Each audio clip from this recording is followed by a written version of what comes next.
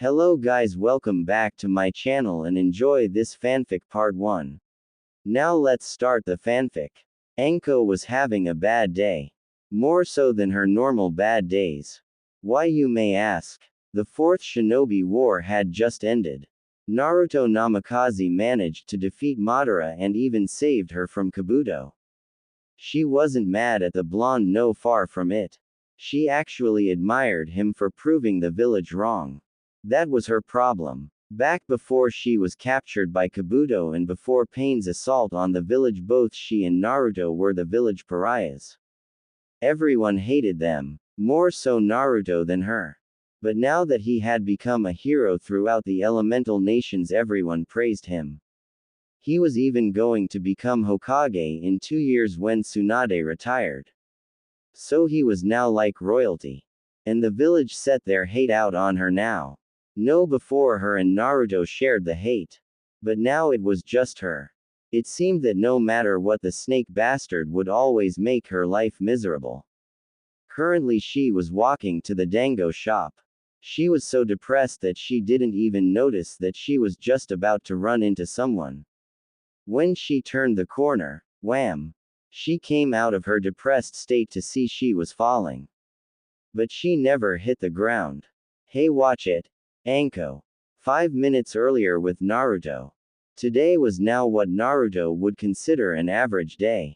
He was going to be Hokage, so naturally he was around Tsunade a lot. She now gave him the paperwork saying it was training for the job and responsibilities of a cage. This of course was an excuse to drink all day and not do paperwork. So Naruto found a solution. He made 10 shadow clones and set them to work. This left Naruto with a free day. So he thought he would take a stroll around the village he called home. He turned a corner only to run into someone. He saw said person falling and quickly caught her. It was Anko. She looked depressed. Hey, watch it. Anko. Oh, Anko-san, I'm sorry I wasn't paying attention. Naruto. Anko, now realizing that she shouldn't get on the future cage's bad side. She quickly apologized. Oh, Naruto-sama, I'm sorry, please forgive my rudeness. A now embarrassed Anko, who was blushing like a tomato. Did she say she admired Naruto? Well, truth be told, she adored him and even developed a crush on him after he saved her. Naruto-sama. No. No, Anko-san, please, just Naruto. I hate being formal. Naruto, giving her his famous Naruto grin. Are you okay? You look a little sad. You don't seem like your normal self. No, Naruto, I'm just fine. She tried to lie her way out. He saw through that. Anko-san, please let me take you for some dango, and you can tell me what's wrong. I mean, you can't fool me. Your eyes say that you aren't fine. Naruto. She thought about it and thought this could be a way to learn some more about the blonde she wished to be with.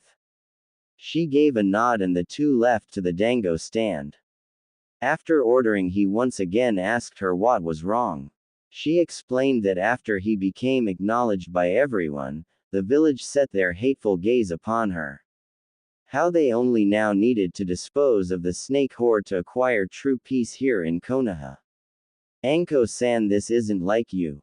I know better than anyone that the village is ignorant. But normally you shake it off. Why is it that it is affecting you now? I don't know. Maybe it was being captured by that Kabuto freak. It was like for the first time in a very long time, I was afraid. And this caused me to give up. Anko, have I ever thanked you for saving me that day? I guess it's true. You are a ray of hope to those you meet. You gave me hope, even after I accepted that no one would come looking for me. She thought gloomily. Anko-san, you are a comrade. Therefore it was the right thing to do. You don't need to thank me. Naruto. However, no matter how he tried, she was still upset. And he knew the pain she was in. To be alone, hated and shunned. It was horrible. So he would try to help her get back to herself. Anko-san, what are you doing later this evening? Naruto. Nothing. Why? Anko. Well, I was wondering if you would allow me to take you out tonight. Like on a date. He gave her a smile that showed he wasn't lying to her. I don't know Naruto, I kind of. Oh come on Anko-san, it will be fun. I promise. Well, okay Naruto if you insist. Pick me up at my place at 7:30, Anko. Of course Anko-san. And wear something formal. Time skip 7:20. Naruto was walking to Anko's apartment. He was dressed in black slacks. And a black dress shirt with an orange tie. His hair was combed, though it still held a lot of its spikiness. In his hands were a bouquet of pink tulips. Why tulips? Well, Ino had told him it meant he cared. So that's what he would give to Anko. Though he was quite nervous. He could take on an army of undead S-rank nin with all the confidence of the world. But as it would be, he had the confidence of a mouse running from the nibby. None at all. He arrived to her apartment and nervously knocked on the door. Just a minute, was the reply. When the door finally opened, his jaw dropped. There stood Anko in a strapless purple dress that ended at her ankles. It tightly hugged her curves. It showed a bit of cleavage. She also had on a necklace of a snake that wrapped around a purple gemstone. You look gorgeous Anko-san, he said with a smile. While she on the other hand was blushing like mad. Thank you Naruto. You don't look bad yourself. On the inside however was praying this wasn't a pity date. Oh these are for you. He handed her the bouquet he had up until now forgot about. Anko took notice of the fact they were pink tulips. She knew their meaning and smiled. But the color reminded her of a pink-haired medic and she began to worry. Doesn't he like that Sakura girl? She thought sadly. Maybe this is just a pity date. Well Anko-san, are you ready to go, Naruto? Oh yeah. Skip. The two were at a very expensive restraint. They were seated almost immediately. Naruto being the next Hokage was no secret, so he got a reserved table meant only for the Hokage. The host seemed thrilled that the future Hokage was here. But gave a look of hatred towards his date. Something Naruto didn't miss. Right now they were waiting for their food to arrive and were just talking to themselves. So Anko, where did you get that necklace? It looks great on you. Naruto. Oh this was my mother's. It's the only thing I have left of her. It's my most prized possession. Anko. Naruto. Can I ask you a question? Well, of course. Why bring you on a date if I didn't want to get to know you? Naruto. It's just, well, don't you like Sakura? I mean, why take me out if you have feelings for her? Anko, now nervous that her suspicions might be confirmed. Well, that's an easy and yet complex answer. Naruto, how so? Anko, now curious. Well, after Pain's invasion and around the time of the Cage Summit. He then explained how she confessed to him in Iron Country. And how he could see she only did so to deceive him. Only to keep the traitor safe. How it hurt to be used and thrown to the side like trash. By the time he was done, they were walking around the village. At that moment Anko realized just how much in common they really had. They both is hated by the village. Both of them know the pain of being alone. And both know how it feels to be betrayed by someone you admire. But bringing up these memories only made her feel worse. So she did the one thing that she hadn't done in years. She cried. Naruto thought he did something wrong when he saw this. He felt terrible seeing her like this. So out of instinct he moved over to her and held her. He sat there and tried his best to get her to stop crying. She was shocked when he did this.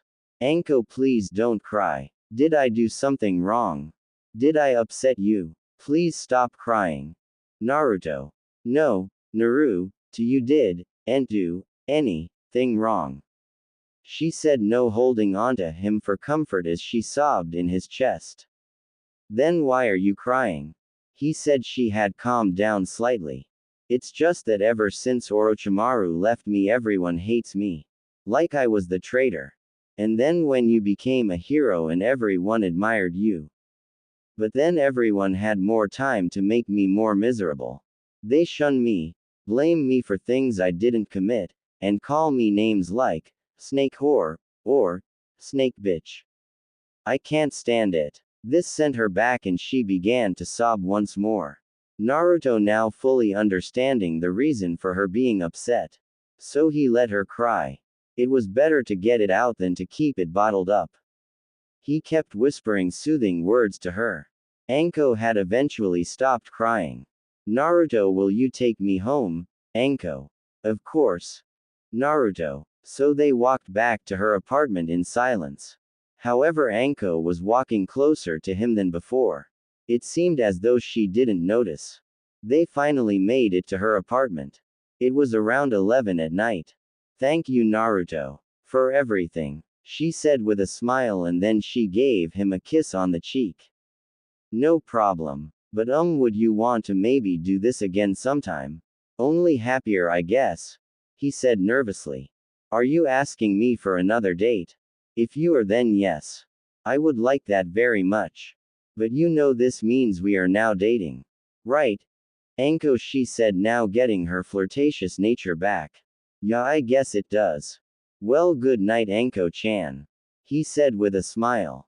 He then turned and left. Anko closed the door behind him and went to bed. The last thought going through her head was, I finally met a guy who doesn't want to use me. Maybe he could be the one. And with that she fell into a peaceful sleep. It had been 1 month since the first date and Anko couldn't be happier. Since then they had decided to keep it on the down low. They agreed, after all it was no one's business but theirs. The only ones who knew were Tsunade, Jiraiya, and Ibiki. However, they only knew because of what their work entailed. However, they were planning on telling everyone soon. It would be the biggest shock since Jiraiya showed up during the Fourth War to help Naruto defeat Madara. Oh, how she remembered how Tsunade and Naruto were pissed. They beat the shit out of him and burned his notebook. Then burned his backup copy that was a secret. Right now she was on her way to meet Naruto at the Forest of Death. It became a place they found quite peaceful. They often took walks hand in hand around the forest. Now normally this would be suicide. But because of the Kyuubi, Naruto had a feral aura around him. And all the animals and creatures knew Naruto was an alpha. So they stayed away. Because of this it was quiet. And the forest was actually nice to look at. Plus Naruto knew that she liked being here and away from the villagers. Hey there, Anko-chan, how are you today? A voice rang out. Anko had stopped walking during her thoughts and was standing under a tree. One that Naruto was now standing upside down above her. Damn it, Naru-kun. Don't do that, you know I can't. Since when you do that, Anko? Ah, but I like doing that, Anko-chan, Naruto said, dropping down next to her. Shut it, Naru-kun. There was a mumble about stupid Hiroshinen, blonde boyfriends. So Anko-chan, what do you wanna do today, Naruto? Well, Naru-kun, it's been a month and I thought maybe we should tell everyone. I mean, with you becoming Hokage it's only a matter of time, Anko. Okay, if that's what my Anko-chan wants, he said with a smile. So how you wanna do this? At that moment Anko's mind started thinking. Maybe if we get a really big banner that says, Naru and Anko forever, and hang it from Hokage Tower. Then get Naruto to summon Gamabunta, Gameiken, and Gamahiro, wave around flags with a chibi me and Naru-kun holding hands with hearts. No, too much. How about we go on a date? And then take a walk around the village and anyone we know who asks we tell them, Anko. They then proceeded to the dango shop. Naruto knew better than to argue with her about dango. Last time he tried he ended up being chased around the Forest of Death with kunai being flung at him. If anyone were to see him that day beg her to stop would have wondered how he was going to become Hokage. Mini flashback. Please stop throwing sharp things at me, Anko-chan, I'm sorry. Naruto, who was now holding onto her leg, crying. I won't do it again. I'll even take you for Dango right now. Just no more kunai. Anko thought it quite comical. How a future Hokage, sage of MT, Myoboku, hero of the Hidden Leaf, hero of the Fourth Great War, and Jinchuriki of the Kyuubi no Kitsune was now latched onto her leg as if his life depended on it, crying and begging for forgiveness. Okay, but I hope you brought your wallet. I'm feeling really hungry today, she said with an evil smirk. Yes, Anko-chan. Mini flashback end. Now at the Dango shop. Naruto was now feeding Anko upon her request.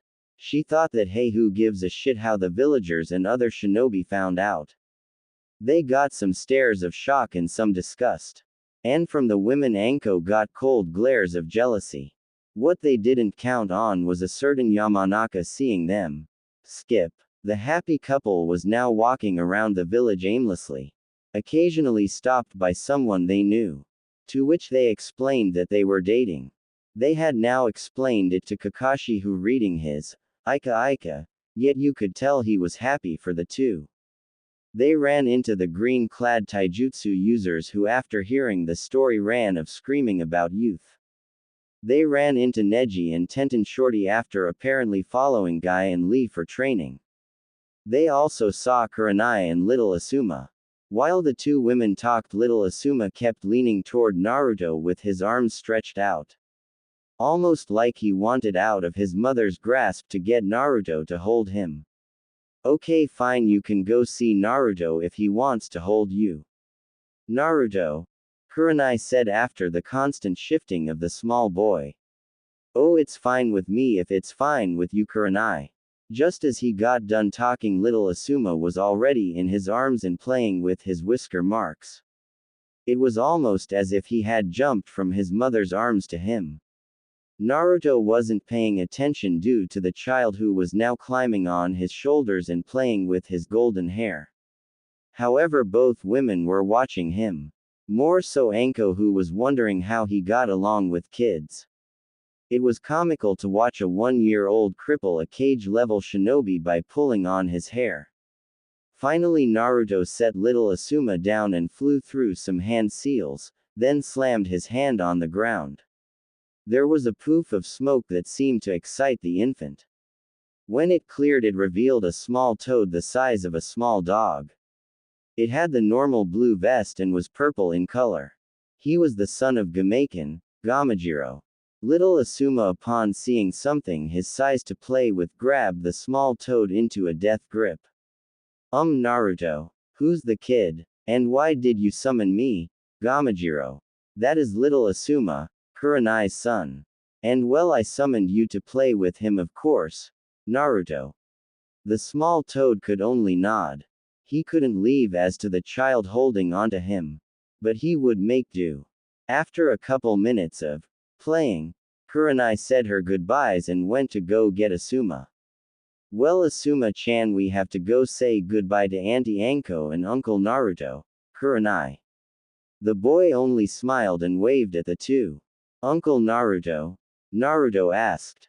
Well, yes, Naruto. You see, I have no siblings and Anko is the closest thing I have to a sister. Hence Auntie Anko. And if you are going to marry her, that would make you Uncle Naruto, Kurenai said with a smile. Married? Both Anko and Naruto yelled. Yes, married. I can tell you two are going to eventually get married. Call it a women's intuition. Oh, and Naruto, thank you for playing with him. I love him more than anything, but he can be a handful. And with that, the mother and son left. Anko namikaze, huh? I like the sound of that. Anko said with a smile. Then, just as they turned to leave, Naruto, guess who? They turned to see an angry duo of Sakura Haruno and Hinata Hyuga. Well, an angry Sakura and a very pitiful-looking Hinata. Yes, Sakura? Naruto asked politely. Don't yes me. What the hell? You spend years trying to get me to go out with you, and when I finally confess to you, you throw me away. Almost like I'm nothing. Sakura. Well, Sakura, that could be because I lost respect for you. After your Confession. I quit trying for your affection. You only confessed for two reasons. One was to try to stop me from finishing Sasuke. The other was more of a backup in case I did kill him. If he wasn't around, you tried to use me as a second place for you. That's not true, Sakura. Don't lie to me, Sakura. It hurt me when you did that. I realized then that you would never see me more than the silver medal, Naruto. And with that she stormed off, not even realizing Anko was there holding hands with him the whole time. Naruto-kun, it's okay, I understand why you didn't pick Sakura. But now we can be together. Hinata, who had brightened up after Sakura left. Huh, Naruto and Anko said. It's okay, Naruto-kun. I forgive you going out with Anko-san. But now we can be together like it was always meant to be. Hinata. Naruto. Naruto-kun, it's fine, just tell Anko-san you're not interested in her and we can go. Hinata. Hey, back off, Naru-kun is mine. Anko. Ha ha ha, oh that's rich. Why would he be yours? I mean, why would he want you when he can have me? A bolder, more confident Hinata. Hinata, I'm not dumping Anko-chan. And I'm not going to do it to be with someone else. Naruto. Naruto, you're only leading her on and giving her false hope. Seriously, get it over with and we can finally be happy together. Hinata said with a slightly agitated tone. Hinata, I'm serious. I'm not going to break up with Anko-chan. Anko was now very happy at this. Hinata seemed to get angry. Naruto, how could you? You walk around with this hanging off you like some common whore and say you want her over me. I almost died to save you. I even confessed to you. Tell me, did I almost give my life up for nothing? At this point the rest of the rookies, minus Sakura, showed up along with the senseis. Kurenai had forgotten something and was watching next to Kakashi and Guy along with Yamato. Jiraiya and Tsunade were heading to a bar and stopped to see the interaction. Shizune was leaving the hospital to go home. And Ibiki just happened to be there. First off, don't ever call Anko-chan a whore. Second, if I remember correctly, if you had listened to what I said that day you wouldn't have almost died. I had Katsuyu tell everyone to stay away from that battle specifically for that reason. So no one would die during that battle. And just so you know, it's really creepy when you use your Byakugan to stalk me. I really should have dealt with that ages ago. But being the nice guy, the first decided that eventually you'd stop. Naruto, now angry at her for calling Anko a whore. You, Naruto, she said with tears in her eyes. I wish pain would have caught you that day. And then she ran off crying. He sat there for a couple minutes in silence. As did everyone else, wondering how he would react. Anko was now holding onto him with her head in his chest to try and keep him calm. Naruto, however, never really thought of Hinata as more than a friend and comrade, so he never really cared what she thought. Yet it didn't help the fact that that was extremely hurtful. Naru-kun? Anko asked in a worried voice. Yes, Anko-chan. Are you okay? She asked. Yeah, I'm fine. And then as Anko shifted to now hold onto his arm, they turned to continue to where they were going. When he did, he saw all of his friends, senseis and his ba-chan looking at him, worried that he could snap at the extremely harsh words of the Hyuga heiress. Naruto, you gonna be okay? Asked Tsunade, who was in tears. It hurt her to think someone that he saw as a friend say things like that to him. It didn't help that imagining if what could have happened that day actually happened. Yeah. And with that he walked past them, not saying another word. Skip. Naruto and Anko were now at his new apartment. They just sat there on the couch silent. Naruto was leaning back with Anko snuggled into his chest, while he played with her hair.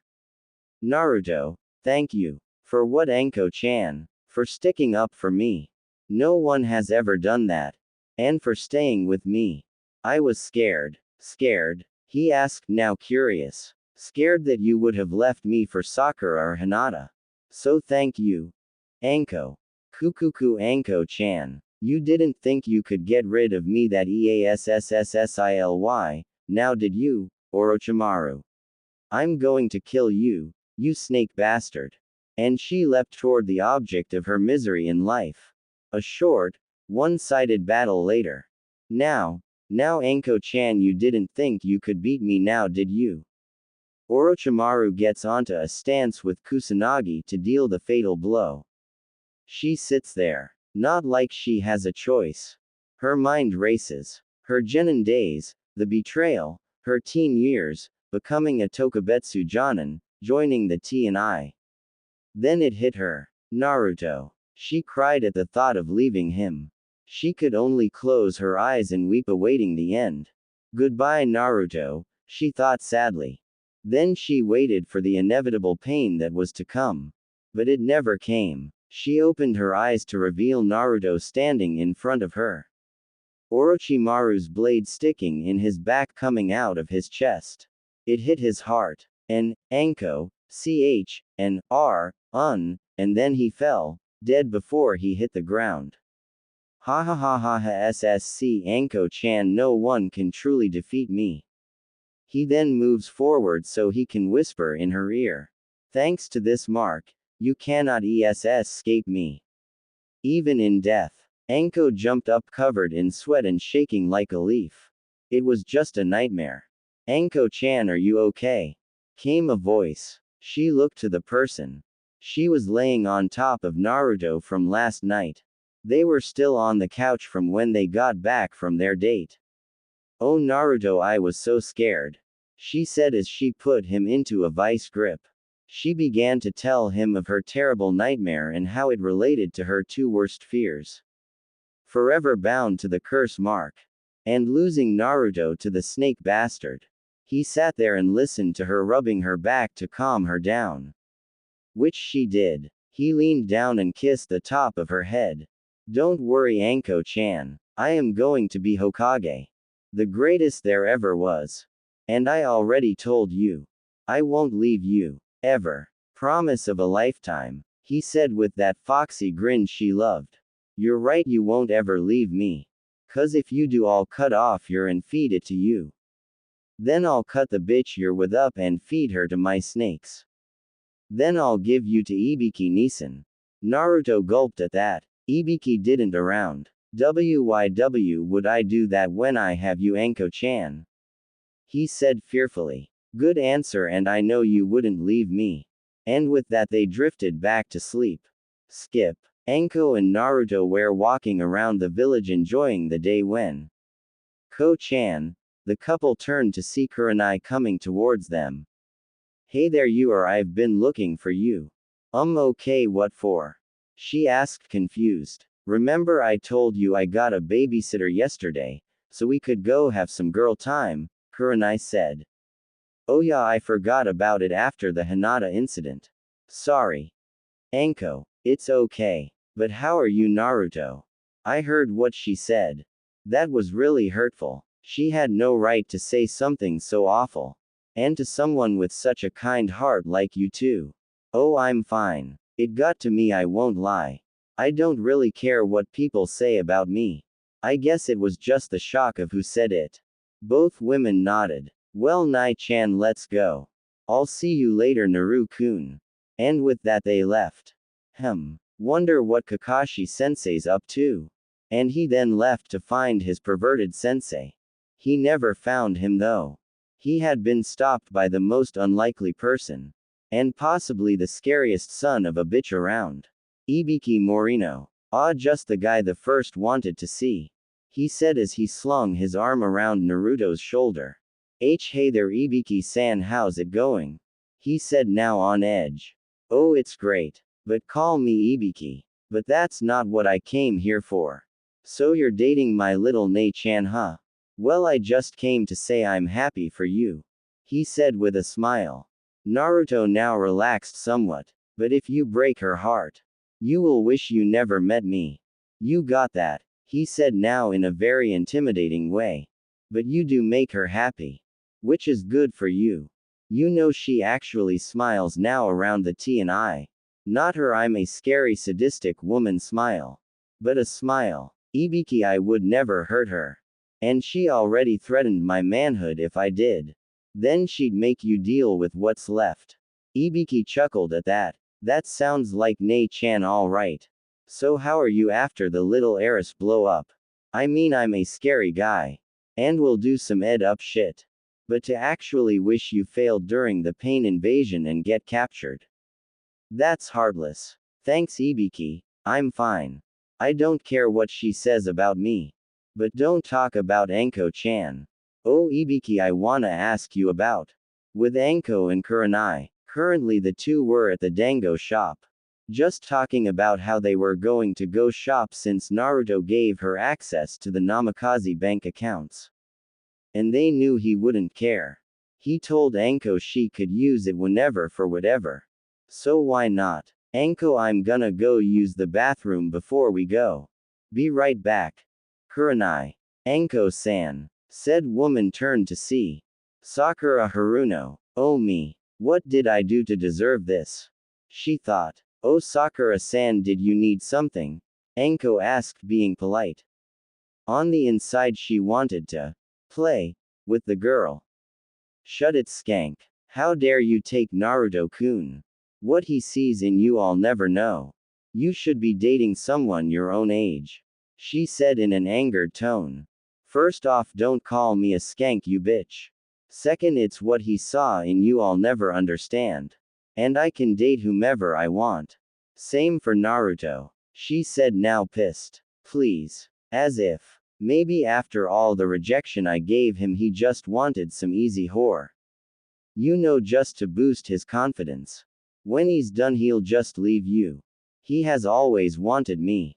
Why would he want a easily angered, loud-mouthed banshee that can't stop putting him down and putting him through a wall all the time? And all he did was ask to spend time with you. You treated him like shit. You never saw him for him. You only used him for your own gain. And if that meant you got the traitorous Uchiha back, well shit you would have thrown Naruto to the dogs the moment he was back. Only after the Uchiha died did you take an interest in him. It's just like he said he would only be second place. Get out of my face bitch. Anko. Sakura only seemed to get angered and attempted to knock her through the restaurant. That was a bad idea. Anko had way more experience in combat than her. So she ended up face first in the dirt outside the shop. Sakura got up and left in an angered state most likely to break something. Anko turned around to take her seat only to see Kurenai staring at her. Well Ko-chan, I just can't leave you for a second. She said. You okay? Yeah I'm fine as long as the bitch gets the picture. Let's go shopping. Naruto's loaded with cash and he told me I could use as much as I want, when I want. She said now really wanting to find something to wear for Naruto. Huh you got lucky. He's rich and handsome. Makes me wish Asuma was still around. It's kind of lonely just me and little Asuma-chan. Kurenai said slightly sad at the thought of her late husband. Nei-chan you know I moved into the Namikaze estates with Naru-kun. It's only the two of us in that big compound. If you want you could probably move in with us. She said with a smile towards her adoptive sister. No I couldn't impo. Nei-chan it's no problem I'm sure. You're like my sister. And besides little Asuma-chan adores Naru-kun. He'd love to be around his auntie Anko and uncle Naruto. I'll ask him and then you can move in okay. She said with a smile that said, I won't take no for an answer. Fine only if Naruto says it's okay though. Great. Anko. With Naruto and Ibiki, I'm sure she'll love it. Ibiki said. Okay good well I'll see you around Ibiki. And with that he went in search for his sensei. Again. He found him leaving the bookstore. He had just picked up Jiraiya's new book. Oh he was lucky Anko wasn't here. Kakashi-sensei what's up? Naruto asked in his normal energetic tone. Oh well if it isn't the future Hokage himself. How are you Naruto? It's been a while. How's things between you and Anko? Great. Everything is going great. But I came to ask you for a spar. Not many people can keep up with me nowadays, Naruto said, rubbing the back of his head with a grin. Huh, I just got this book, but I guess I could make time for my student, Kakashi said, slightly disappointed he couldn't read. How about we walk and you can read till we get to the training grounds? Sound good? Naruto, lead the way. Kakashi. Oh, and sensei, I want your opinion on Naruto. With Kurenai and Anko. Yes, just charge it to the Namikaze account, please. Anko said with a smile. So that's your game. Came a familiar voice. Kurenai knew who it was. Anko just thought. Again, sigh, troublesome. With Shikamaru. Achoo. Shikamaru. Shika, be careful or you'll get sick. Yoshino. Yes, mom. Shikamaru. Back with Anko and Kurenai. Both females turned to see an angry Hyuga heiress. So you're using him for his money and family name. You dirty. Naruto-kun deserves so much better than some harpy. She said with a sneer. Hinata, stop it. Kurenai. No, sensei, I won't let her use him. Hinata. Use him. That's bullshit. I don't use him and I never have. Anko. You are right now. All those bags you're hauling around. All of which you charged to his bank account. You're only using him for personal gain and I find it sick. Hinata. You wanna talk about sick? How about what you said to him yesterday? Huh, that was ed up. I would never wish something like that on a person like Naruto. Or how about we talk about how you stalked him constantly? Using those eyes to follow him around. Then you dare say that he is yours. You may have confessed to him truthfully, I'll give you that over the pink banshee. But don't you dare say that he's yours. He can see whoever he wants. And it clearly isn't you. So back off, you ing stalker. It's really creepy, you know. And with that she left, not wanting to speak with the Hyuga. Sensei, you see it right. She only uses him. It's no. Hinata, enough. You had your chance. I'm sorry it didn't work out how you wanted. But Anko had just as much a chance as everyone else. Naruto chose who he wanted. I'm sorry, but you lost. You are still young, you have a chance at low.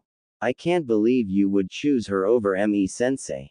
How could you? And then she left. Kurenai then left to find Anko. Hey, you feeling okay? You looked like you wanted to kill her. Kurenai. I'm fine. I just hate how they act like they own him. Sakura used him. She treated him like dirt. Hinata couldn't even hold a conversation until after the war. Even then she still had problems with it. She still follows him. We always have to wonder if she's around. It's so frustrating. I wish they could see they lost. It's game over for them. Then the earth started to shake. And there was a loud explosion in the distance. Well, I guess I found Naru-kun. Let's go, Nai-chan. 2 minutes earlier with Naruto and Kakashi. Geez, Naruto, I'm about to die and you haven't broken a sweat. Kakashi. Yeah, well, let's wrap this up. Shall we? Naruto. Naruto began charging up a wind Rasengan. Kakashi, however, charged up a Chidori. They charged and the two deadly techniques met in a clash for dominance. Imagine when Sasuke and Naruto met in vote. The explosion was enormous. The two flew in opposite directions and skidded to a stop. Naruto got up and made his way to Kakashi, whom still hadn't gotten up. Well, sensei, you need help. You look a little rough. Naruto said. Well, yeah, that would be nice. And with that they made their way towards the village. On the way they ran into Anko and Kurenai. Naru-kun, how could you? You went and had fun beating on Cyclops without me. Anko said in mock sadness. Anko-chan, well, you should have said something. You could have helped. Naruto. Kakashi was scared. What if Anko had been there? He shuddered. Well, it was nice seeing you three, but I feel safer being lost on the road of life. Poof, and he was gone. Oh, Naru-kun, I was wondering. Kurenai-chan lives in her apartment all alone with Asuma-chan. So I was wondering, She trailed off. Why, of course you can live with us. My estate has plenty of room. It would be great to have you to there. Naruto. Skip. Kurenai and little Asuma moved into the house next to the main house in the compound. It didn't take long with Naruto's army of clones. It was an easy move for Kurenai. Asuma-chan was just happy to be around Uncle Naruto. Naruto had just woken up. Anko was still asleep. Now it was time. He had to prepare. It was gonna be a big day. He worked his way out of Anko's grip without waking her. When he did, he went to their living room and made some clones. One went to make Anko breakfast. Another went and left to the forest of death. The real Naruto left to talk to Kurenai. With Kurenai, today was a good day. She would spend the day with Anko today. Naruto sent a clone after they left yesterday to speak with her. After she heard the news, she was ecstatic. She needed to keep Anko busy for Naruto. And in return, he had to watch little Asuma. Knock knock. Well, Asuma-chan, Uncle Naruto is here to play with you today. She smiled at seeing the reaction she got from Asuma. He was really excited he got to play with his uncle. She went to answer the door. Well, hello Naruto-kun, you ready for today? She asked. Yup. I'm all set, I have clones setting up for later. Just keep her away from the forest. She can't be there all day. Well, Asuma, you ready? The toddler only giggled. Now Naruto, you take care of my son, okay? Or I'll have to kill you. Oh, and no training at all. He can't start until he's 5. Then you can teach him some things after I give you the okay. Kurenai said, now in mother mode. Oh Kurenai, do you really not trust me to look after a kid for a couple hours, Naruto? You're right. But if so much as a hair on his head is hurt, you will never see the day you make Hokage. Good luck, Kurenai. Skip with Anko. Anko woke up due to the smell of food now filling her senses. She loved when Naruto cooked. She got up to find the table full of food. But no Naruto. She did find a note. Dear Anko-chan, I am currently not here. I have some things to do today. But don't worry, I'm only watching Asuma for Kurenai. She wanted to have a girl's day or something. But hey, I'm gonna take you out for dinner today, okay? So maybe you could go get a dress or something. Love, Naruto. Well then I guess I will have to get a new dress. Oh well, are those waffles? When she got done, she heard a knock on the door. Just a minute. Oh Kurenai-chan, good, I was just about to come find you. Oh well then, shall we go, Kurenai? We shall, Anko. With Naruto and Asuma, little Asuma was now riding on Naruto's shoulders playing with his golden locks. Naruto was trying to figure out what to do with a 2-year-old. Well, Naruto didn't know you and Anko already had a kid. You never told me. Came someone behind him. Oh, you mean this little guy, Kakashi-sensei? This is Kurenai's kid. Asuma? Naruto. Of course it is. It's just fun to tease. He replied with an eye smile. What are you up to? I have no idea. I was told I wasn't allowed to train, so I have no idea what to do. As luck might have it, Asuma's stomach growled at that moment. Well, I'm not an expert, but maybe he's hungry, Kakashi said. Okay, we'll go eat. You wanna join us, sensei? Naruto. Why not? Kakashi. Oh, and sensei. Seeing he got his attention, continued. You might wanna put the book away. Kurenai would be pissed if she found out you were reading, Ika, in front of him. Fine, I guess you're right. Skip. Well, little guy, the first may not get to train you, but as your uncle it is my duty to teach you about the paradise of ramen. And with that, Asuma's face lit up. He seemed happier than when they left the compound. Hey Naruto, good to see you. Came a new voice. Yame-chan, it has been a while. Let me introduce you to this little guy. Asuma, Kurenai's kid. Oh well, aren't you just the cutest? Dad, come out here, Naruto's here. Oh Naruto, Good to see ya boy, what will you be having, Tuki? Hey old man, nice to see you, I'll have 5 mises with pork, 5 beef, and little Asuma will have 1 miso.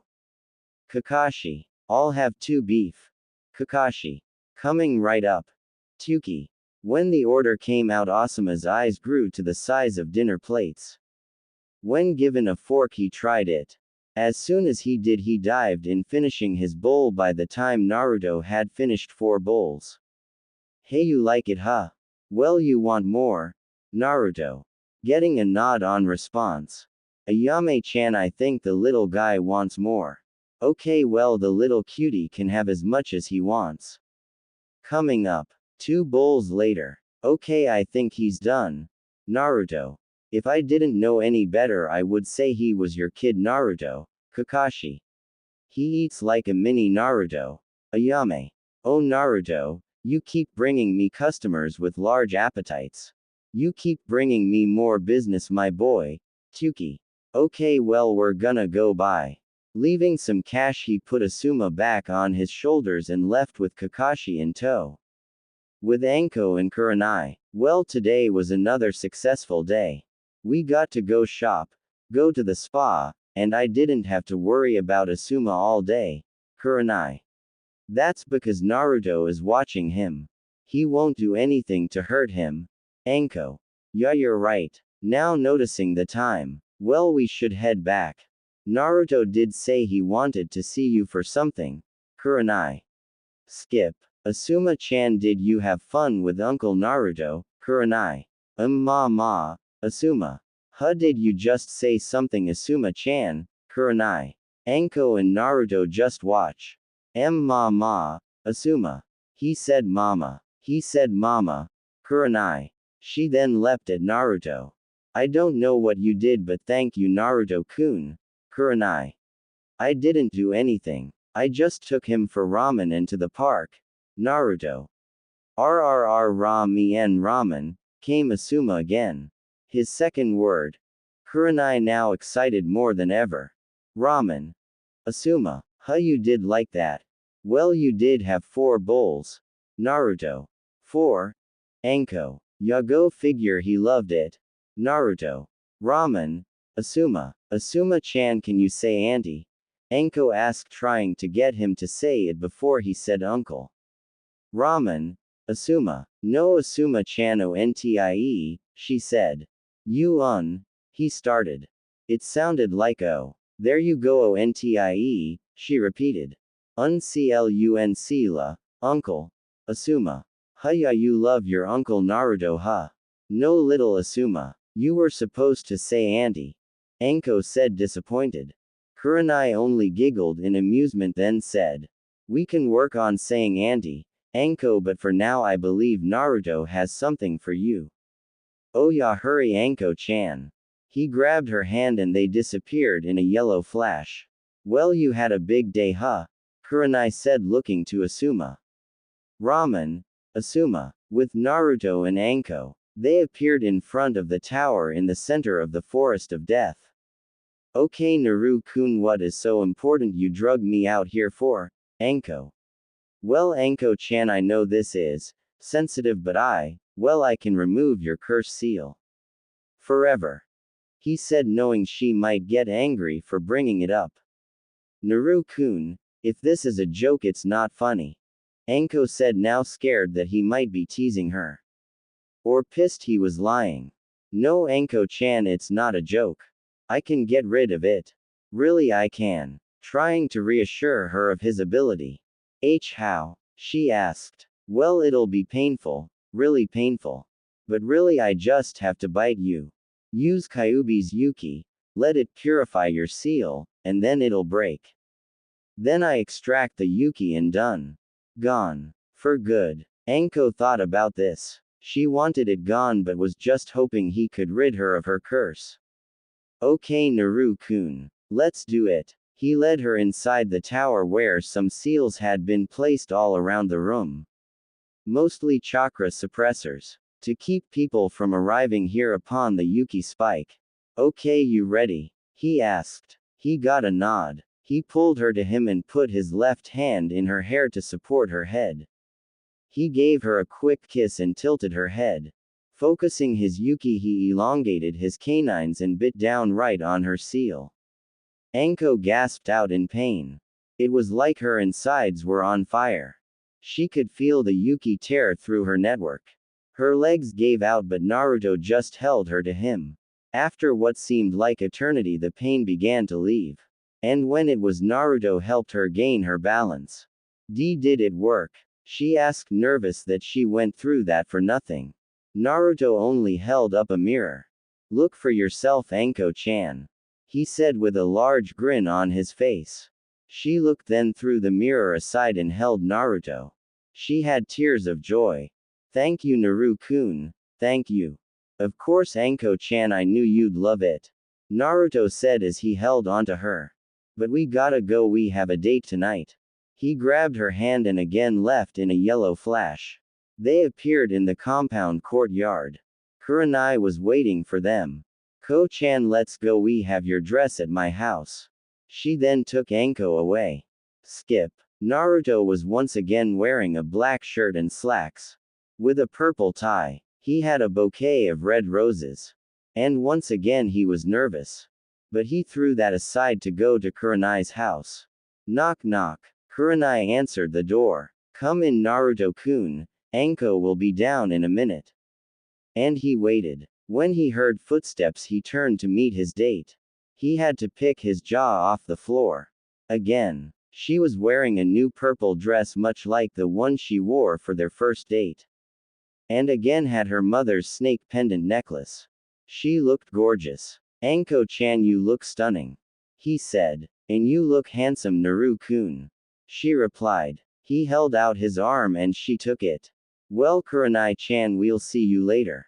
Naruto. Have fun. She said with a smile. Skip. They were at the most expensive restaurant in the whole village. Naruto requested a private table with a view. Being a future Hokage, he got it. They had dinner and enjoyed the view of the balcony they were on. The sun would set in about 20 minutes. Well, Naru-kun, this was a very enjoyable date. You spoil me, you know. Anko. Of course I do. But I love it when you're happy. He said with a smile. Well, with this damn curse mark gone, I'm very happy. Anko. I know. Naruto said as he placed the money for their dinner and a very generous tip on the table. Well, I have one more thing planned. Naruto, he said, holding out his hand. Oh, and what would that be? She said with interest. She took his hand and they left. They arrived on top of the fourth head on the Hokage monument via Hiroshima. Watching the sunset. He answered. Anko turned and watched the sunset. Naruto wrapped his arms around her from behind and set his head on top of hers. The whole time Naruto was nervous. More than he had ever been. This moment could make or break him. He let go as the sun set. Anko kept watching. Anko? Said Naruto from behind her. Yes, she said as she turned. She gasped. Naruto was on one knee with a ring presented to her. It was a gold custom-made ring. It was a snake with a large purple gem in its mouth. It was beautiful to her. Anko Mitarashi, will you marry me? He said with all the confidence he could muster. Yes, yes, of course, Naru-kun. She said with joyful tears in her eyes. Naruto slipped the ring on her finger and stood up. He gave her a big, long, passionate kiss. Thank Kami, he said with relief. Well, now you got me and I won't let go. She said. I won't either. They left in a flash. It had been 1 month since Naruto had proposed. She loved the ring he gave her. It matched her mother's necklace. She spent no time at all telling everyone of the engagement. Not to show off, but to show a certain stalker and banshee that he was no longer available. Another thing they decided was to have the wedding as soon as possible. 1. It would be good for Naruto to be married before he becomes Hokage. And 2. In their line of work, you never know when you might be killed. The 5 elemental nations wouldn't attack. But Naruto and Anko had made enemies out of Nuke Nin. So the wedding would be in 2 months. Just enough time to prepare. Of course she made him help plan. But of course this basically meant Kurenai and Anko both make arrangements and plans. And Naruto just follows along and pays for everything. He only made one decision. And that was on food. Other than that he did almost nothing. Naru-kun, what do you think? Anko. Huh. What you say something Anko-chan? Naru-kun, I asked if you would rather go hang out with the guys or not. I mean me and Kur-chan can do this. It's really just a waste for you to do nothing but pay everything. Okay, bye. And he was gone in an instant. Giggle, he may have grown up, but he can still be a baka. Kurenai. Yeah, but he's my baka. Anko. With Naruto. Okay, well now I only have my own things to do now. Like my best man, and groomsman. He began to think. Kakashi. Nah, he'd be late for the wedding. Shikamaru. Probably say it's too troublesome. Well, he does see Gaara often.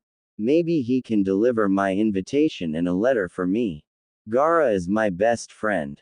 Well, I guess I found my best man. Oh well, he can deal with it. And with that he went in search of the Nara.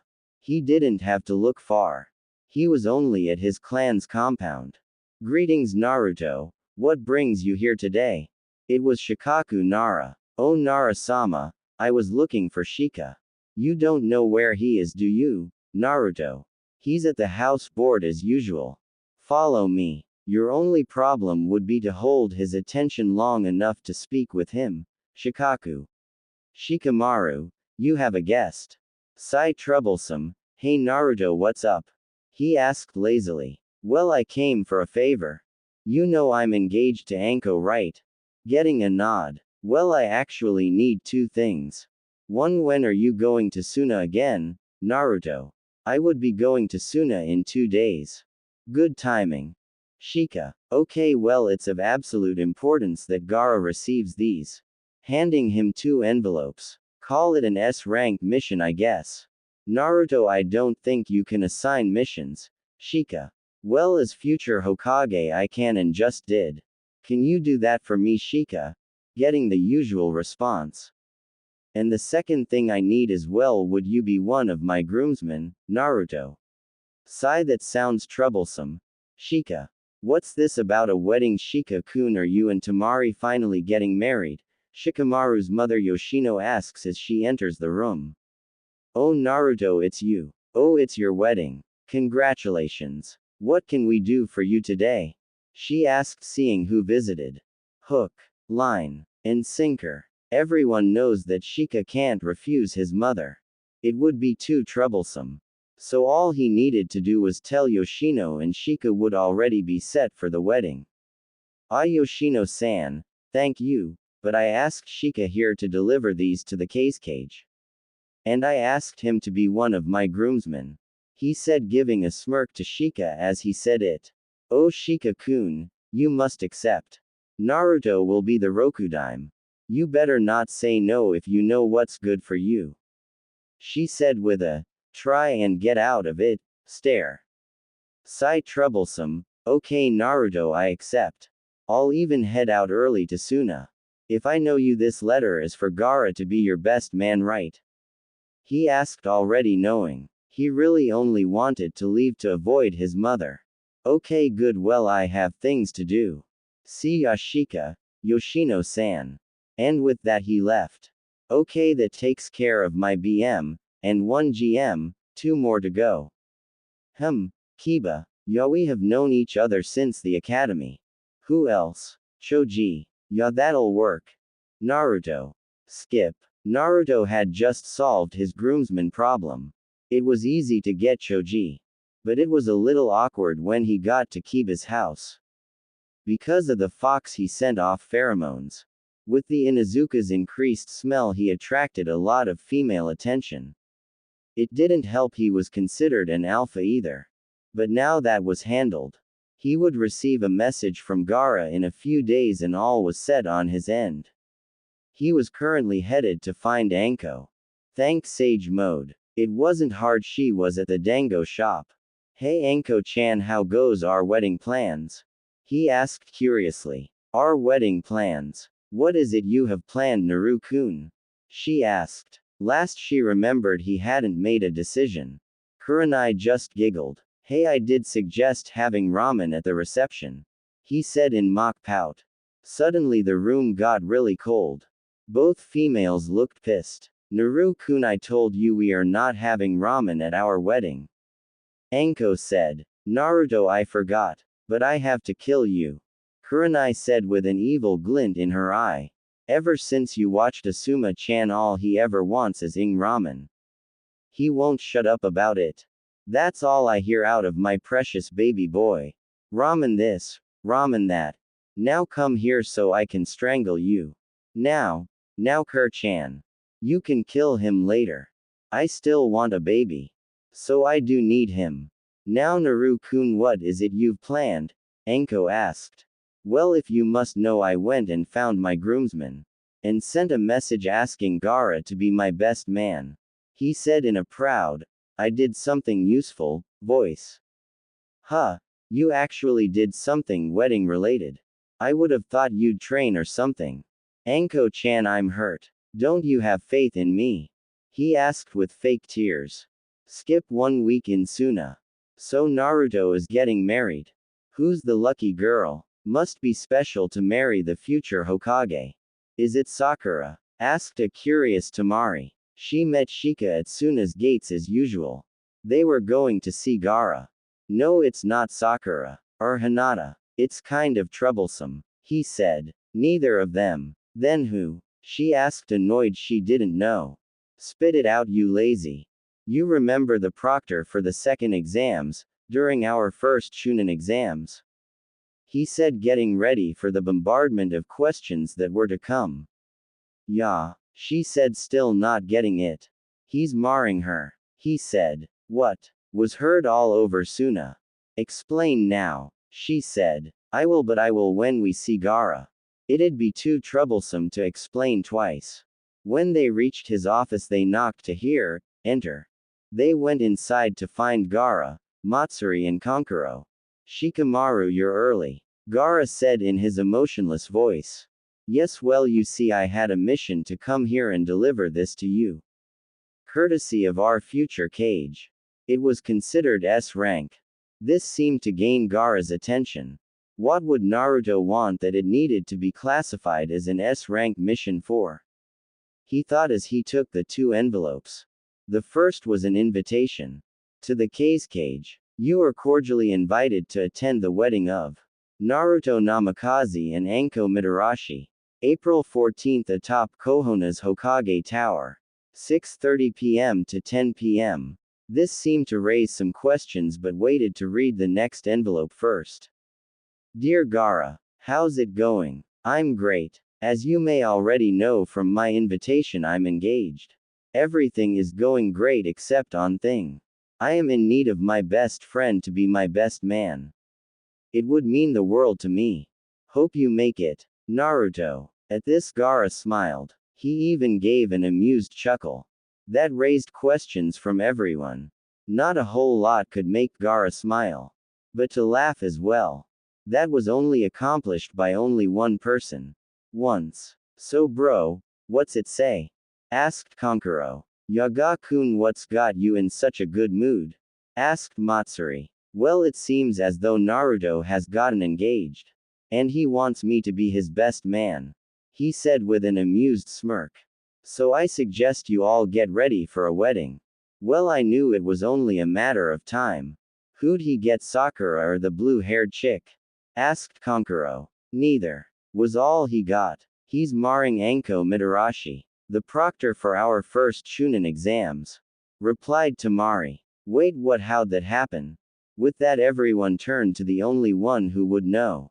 Sigh, troublesome. I don't know, you'll have to ask Naruto. Actually, hardly anyone knows how it happened, to tell you the truth. Said Shika. Well, in any case, everyone prepare to leave in 1 week's time. Back in Konoha. Finally, it's all set. All we have to do is wait. I can't believe we're getting married. Anko said as she snuggled into Naruto. Yeah, that sure is exciting. I can't wait. Naruto. And they just laid there, snuggling and waiting. It was cut short with a knock at the door. I'll get it, Anko-chan, he said as he got up. He opened the door to reveal a bunny-masked Anbu. Naruto-sama, Tsunade-sama requests yours and Anko-san's presence ASAP. He said. Okay, thank you, Bunny-san. He said. Anko-chan, we gotta go see Ba-chan. He yelled. Skip. I'm here, Ba-chan. What did you want? He said as he dodged the various objects thrown at him. Brat, stop calling me that. But anyway, you have a message from Gaara, she said, handing him a letter. He read it and smiled. Well, it seems that he agreed to be my best man.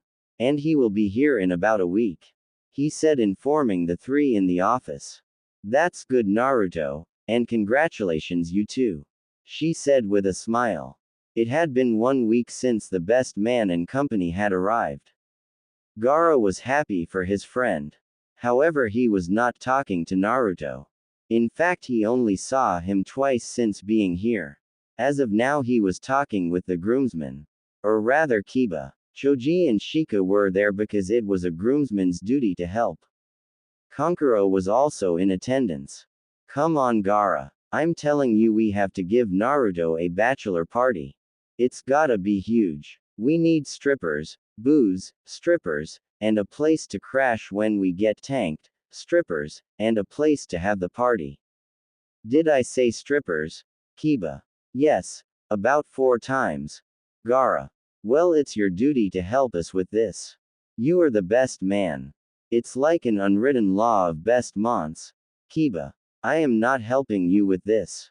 Naruto doesn't need a party. Gaara. Gaara, you kind of have no choice. You are the best man. You have to give him a bachelor party. It's tradition. And I know how much you like tradition. Kankuro. Huh. Fine, do whatever you want. Gaara. You don't have to do anything, Gaara. We just need to put the reservations under your name. Who would refuse the cage after all? Leave everything to me and Kankuro. Kiba. If you reserve strippers under my name, I'll kill you. Gaara. Okay, well, reserve them under my name. Kankuro. And with that, Kiba and Kankuro left to plan. Sigh, why do I have a bad feeling about this, Shikamaru? I don't know, but I also feel as though something bad is going to happen. Gaara. Oh, you two are just overreacting. They'll do fine. What's the worst that could happen? Choji. Somewhere outside Kohona. You know the plan, right? Asked Sakura. Yes, I have it memorized. We just need to wait for the moment to strike, replied Hinata. Good. Sakura. Oh yes, something bad indeed. With Naruto and Anko next day. The happy couple had just gotten back from planning more of their wedding. They were just sitting on the couch, happily snuggling. Naru-kun, I'm so happy. Anko. Well, that's good. If you're happy, I'm happy. Naruto. I love you, Naru-kun, said a very happy Anko. I love you too, Anko-chan. An equally happy Naruto. Knock knock. I'll get it, Naru-kun, Anko said. She answered the door to reveal an eager-looking Kankuro and Kiba. Oh, Anko-san, is Naruto here? Kiba. Oh, why are you two idiots here? Why do you need Naru-kun? Anko. It's about a meeting we had. All the groomsmen and best man were in attendance. It's important for the wedding, Kankuro said. Anko seemed to look at them skeptically. Something was off. She was gonna watch them. Naru-kun, some friends of yours need to speak with you. Anko. He got to the door and was shocked at who showed up.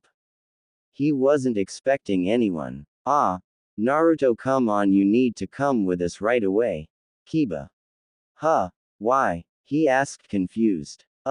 Just tell him and let's go. Naruto, you need to come with us because we have your bachelor party set up. Kankuro. Bachelor party? Naruto. If Anko found out, the three could die. It's okay, Naruto. You can go. I trust you. But if you touch any stripper, I swear, I'll use your to give me a baby, and then I'll remove it, Anko. That was a shock. No one thought she'd go along with it. Are you sure, Anko-chan? Naruto. Yes. I said I trust you. Go have fun with your friends. I'll go hang out with Kurenai, Yugao and Shizune. But remember what I said. She said. Okay, we'll have him back sometime. Bye. And with that, Kiba and Kankuro dragged Naruto away. At the hotel, Naruto's friends had reserved the whole villa on the top floor of the hotel. It was all for Naruto's bachelor party. Kiba left saying he would be back soon. When Kankuro and Naruto got to the villa, they saw Gaara, Shikamaru, Neji, Lee, Shino and Choji all waiting for the guest of honor. The whole room was also filled with cases of alcohol, individual bottles and 6 kegs. There was a stripper pole placed in the center of the room. There were also several other rooms connected by doors to the main room. Hey guys, what's up? Naruto asked, rubbing his head sheepishly. Naruto-kun, your flames of youth burn brightly. You and Anko-san will have youthful lives together. Yash. Lee. Yeah, what Lee said. Neji. Congratulations, Naruto, said an emotionless Shino. Sigh, this is troublesome. Shika. I agree. Gaara. Oh, lighten up, will ya? It's a party. Enjoy it. For Naruto. Kankuro. Then the door was flung open. Entered Kiba, followed by a parade of 20 strippers. Let the party begin. Kiba. No one ever noticed 2 strippers slipping something into a majority of their drinks. Half hour later. See Naru hic 2. Dis ain't hic so bad, Kiba. Now means a hiccup. Until otherwise stated. Shikamaru was currently getting a lap dance. This isn't true, blesso me, he said. This is some. This is party bitches. This shocked everyone. It was Shino. Shut the up. Damn idiot. Can't even get a lap dance without your bitch running your mouth. Shit. Gaara. Oh wow, you guys are hammered, huh? Naruto. Den. Drink some, mo. Said Ed up Kankuro. 1 hour later. Kankuro, Shino and Neji had passed out. Although before Neji went unconscious he did get a stripper's bra on his head, like cat ears almost. Gaara and Kiba looked tore up. Kiba would go any minute now. Gaara, well, he was hard to tell. Being a former Jinchuriki gave him a higher tolerance to alcohol. But he would be out soon. The 2 fakes had been giving the whole group the whole night. They would all be out soon. Except Naruto. They didn't spike his drinks much. With Kyuubi in Mindscape, Kit, you need to stop drinking. Something's not right. Something else is in these drinks. His words were in vain. He couldn't get through to his host. He was trying his hardest to cleanse his system of the unknown toxin. But if Naruto kept drinking, well, it wouldn't be easy. Back with Naruto, everyone was out but Naruto and 2 strippers. With everyone out, they decided to leave. Except 2. You think he will notice? Said stripper 1. Yeah, he's out of it, he won't notice. Stripper 2. Okay. Stripper 1. Poof. Both figures emerged from the smoke to reveal Sakura and Hinata. Naruto, still under the effects of the alcohol and drugs, couldn't tell what had happened. His vision had blurred. He couldn't see shit. Okay, Naruto, it's time for the groom's special dance. Sakura. Oh yes, it is that time. Hinata. They proceeded to drag the drugged Naruto to one of the bedrooms. When they got inside, they tied him to the bed. They told him it was part of the dance. Him, being doped up, didn't think anything of it. Okay, Naruto-kun, it's time. Sakura. Hinata began to kiss him. While Sakura began undressing Naruto. She then set up a camera and tripod. Back with Kyuubi. Shit, Kit. Get your head on straight. You're about to be raped. Kyuubi yelled angrily. The only thing good was that he stopped drinking. He could cleanse him at full speed now. Hopefully he could put an end to this before the damage was done. With Naruto. Naruto was beginning to sober up. Not quite to where he could think clearly. But it would only be a couple minutes. He currently had Hinata's tongue in his mouth. Sakura was shamelessly bouncing on his. Okay, my turn, Hinata said as she removed herself from Naruto. They switched. Kyuubi. Almost there. Shit, I'm too late. Kyuubi. With Naruto. He finally was aware of himself and surroundings. Someone had their tongue in his mouth. And another person was currently riding on top of him. He also realized he couldn't move any of his arms or legs. And he was pretty sure he wasn't with Anko. Oh, Naruto-kun. Someone moaned. That wasn't Anko. A second voice was heard after the tongue was removed from him. When Anko sees this video, she'll dump Naruto and he'll be ours. He looked up to have his anger begin to boil. Hinata was currently using Naruto's as a pogo stick. And Sakura was still trying to engage him in a makeout session. His anger grew to the point that Kyuubi's chakra began to seep through subconsciously. Both women shrieked as they realized that their skin was now burning. They looked to see Naruto was now fully aware of their actions and wasn't happy about it. Hinata's thighs and vagina were totally burned inside and out. Sakura, who was halfway laying on him, had half her face, chest and stomach burned. Using his newly reacquired strength allowed him to snap out of his restraints. When he did, he quickly found his clothes while the two rapists writhed in pain. He left, not thinking about his friends. Skip no longer means hiccup. Naruto was now at his house. He had collected samples of the bodily fluids on his body. He also had the camera they set up to tape their session.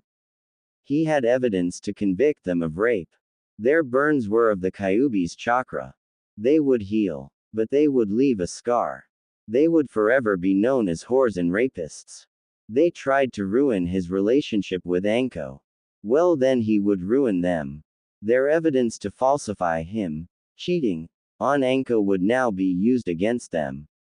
After collecting samples, he hopped in the shower.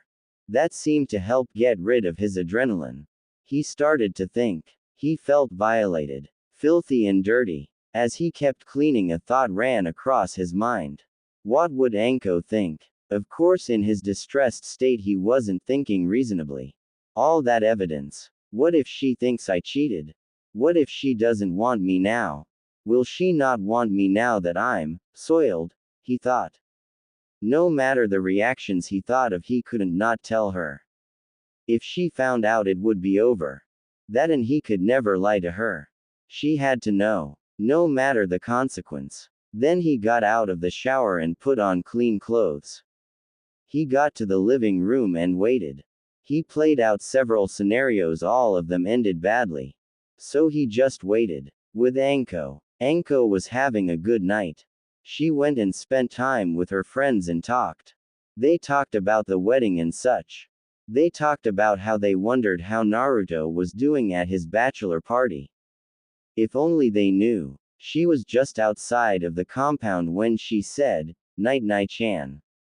She then noticed that lights were on in her house. Only 4 people could get inside that house at this time.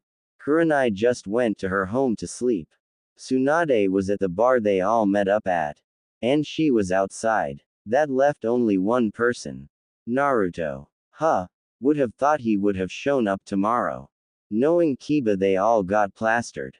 She said to herself. She went inside to see Naruto sitting in a chair in the middle of the room. His head was down with his bangs covering his face. She could hear the faint sounds of sniffling. Is he crying? Anko-chan, I'm sorry. He said as he started sobbing. She hurried over to him and kneeled next to him. For what? She asked, confused. Naruto managed to retell the story to her. How he was drugged, raped, how he got the evidence. Then he began to apologize. Anko was pissed. Naruto had been drugged and raped. And it was by the very same two who held grudges against her for having Naruto. Anko-chan, I'm sorry. I understand if you don't want to call off the wedding and end this. I'm sorry. You deserve better than this. Than me. He got up and walked to the bedroom. I'll just grab my stuff and I'll leave. You and Kurenai can keep the compound. He said. Anko, however, just sat there. Frozen. He was going to leave. That frightened her. She would be alone again. She wouldn't let it if she could help it. But she couldn't move. She finally gained her bearings just as Naruto was about to leave. She ran towards him and tied him down with her snakes. He of course protested. She dragged him back to the chair and sat him down. They began to argue about it. He wanted to leave. She wanted him to stay. After a very heavy argument, Anko was about at the end of her rope. Naruto, you don't get it. Before you I was all alone. I hated it. Everyone hated me, she stated as she broke down and started crying.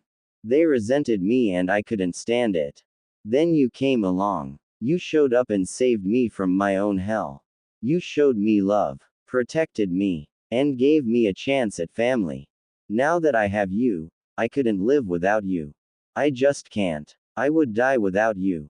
It would just kill me to be alone without you. I don't want to lose you. She continued to cry. She got up, walked to the bedroom and returned with a kunai.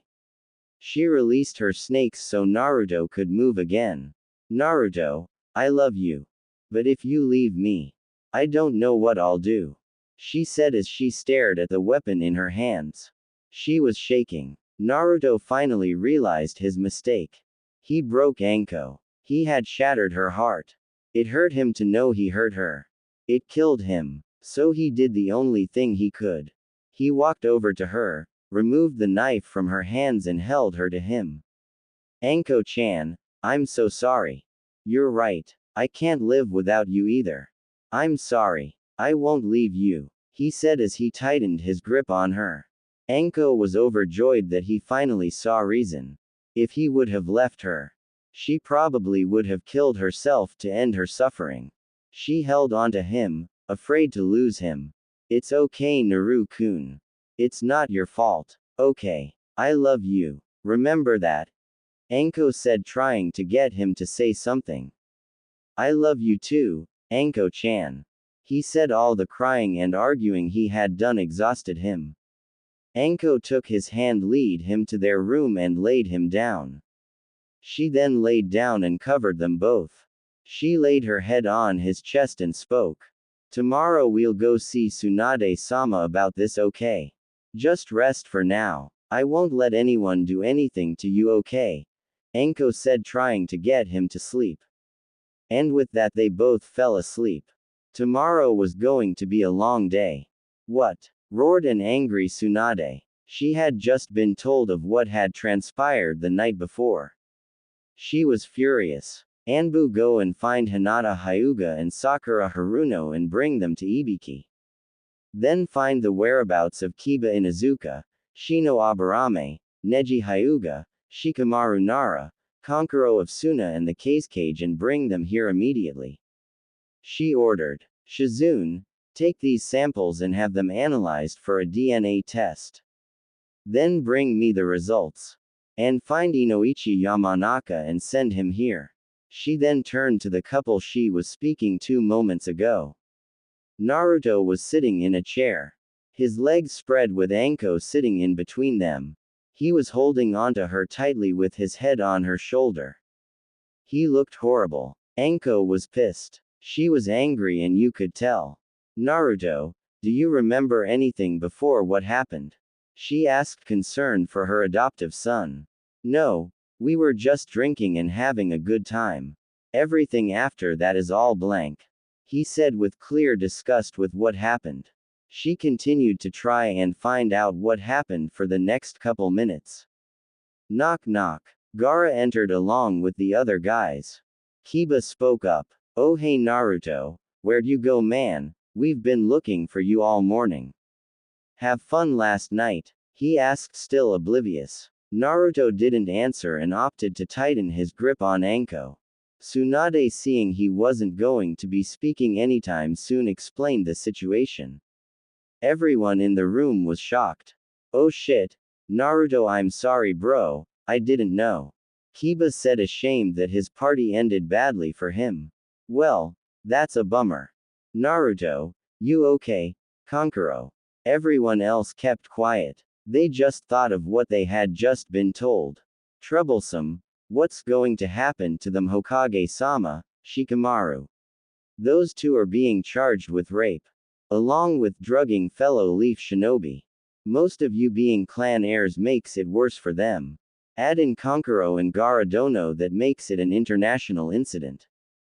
Doing something along those lines to a future Kage and a Kage of another village and his brother is a felony.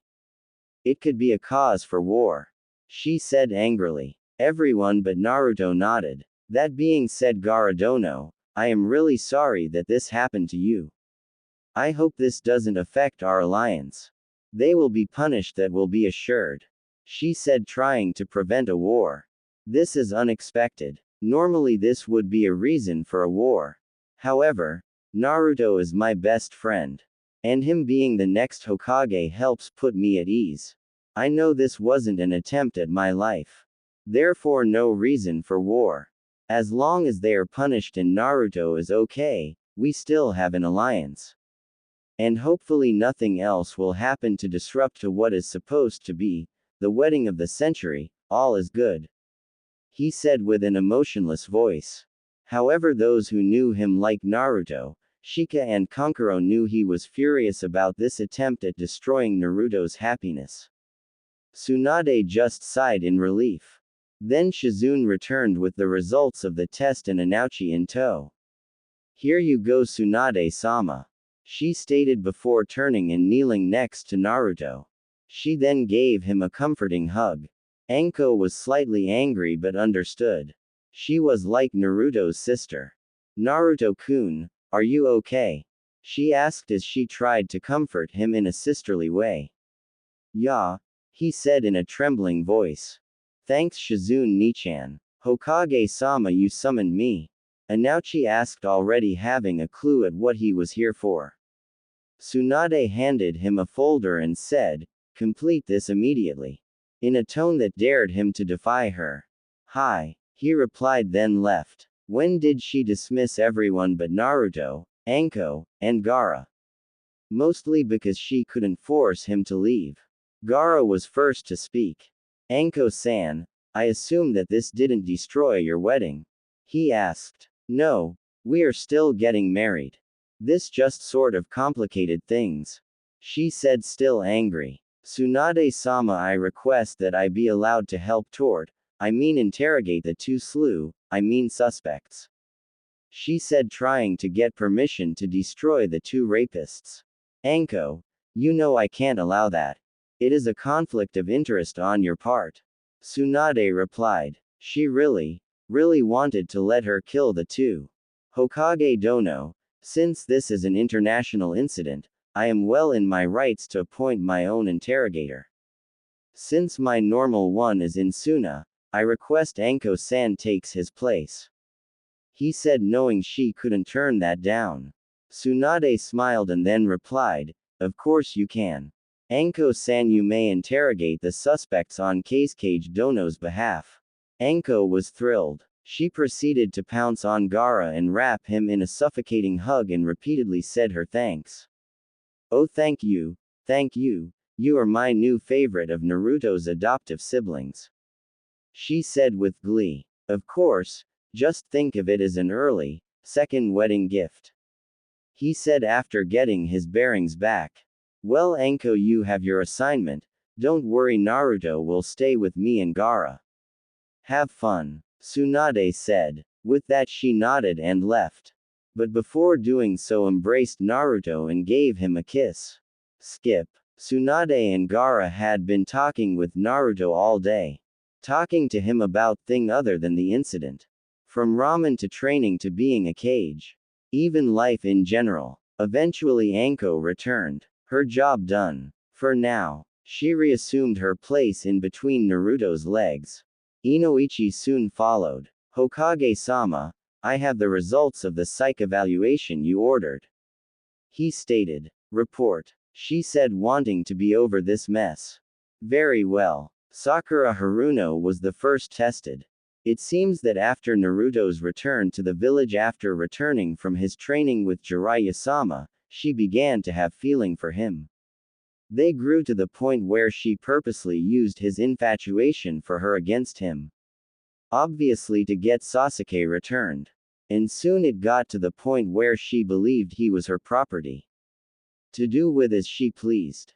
Often thinking that after pummeling him to a pulp or degrading him, that she was allowed since she owned him and it was her right to do so. After losing her chance with the Uchiha after his death, she became extremely possessive of him. Since he belonged to him, she tried to keep him away from other females. She then, after confronting Anko-san, developed the plan that initiated this whole ordeal.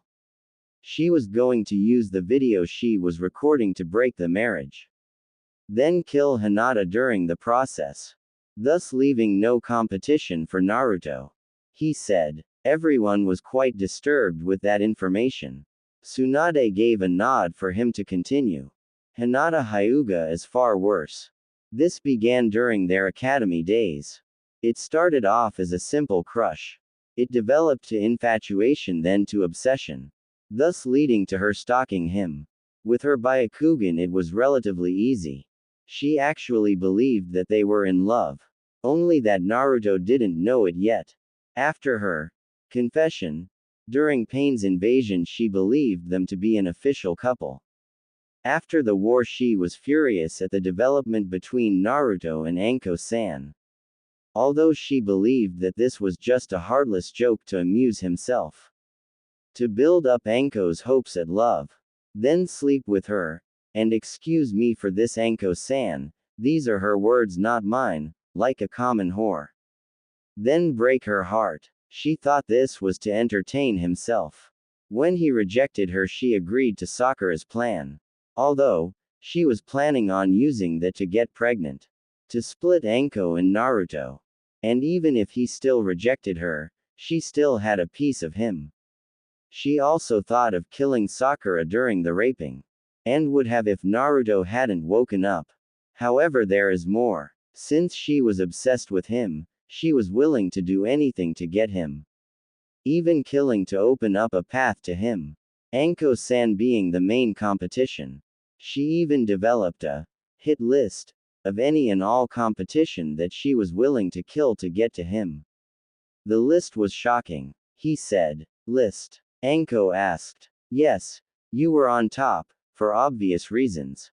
There was also Sakura. The list actually included the following people: Princess Koyuki of Snow, the daimyo of Vegetable Country, Sum Inuzuka, Hana Inuzuka, my own daughter Ino, her sister Hanabi, her own sensei Kurenai, Shizune, Tsunade-sama, the Mizukage, the two Kumo Kunoichi he met during the war, Samui and Karui Tenten, the priestess Shion, and all other possible competition. She even knew each and every one of yours and the rest's daily routines. She knew exactly when to strike when these women were most vulnerable to ensure a kill. She would even go as far as to kill Naruto himself. She is clearly insane. He finished. That shocked everyone. Tsunade, Shizune, and Anko were both disturbed to know that she knew what they did on a day-to-day basis. Naruto was concerned not only for his Anko-chan, but for everyone except Sakura, that she may have harmed them to have him. I see. Well then, the only matter that needs to be solved is the rest of your mission and their punishment, she stated. Anouchi nodded, walked over to Naruto. Naruto, I'm going to wipe your memory of this whole event, okay? As far as you will remember it as the day before the bachelor party, okay? He said. Naruto nodded and Inoichi went through hand seals. When he was finished, he placed his hand on Naruto's forehead. He sat there for a second before coming out of his trance. Hey, Everyone, what's up? He asked with his normal grin. Nothing, Naru-kun. Nothing at all. Anko said, happy he didn't have to live with that memory anymore. Anko, will you take Naruto home? We have important things to discuss.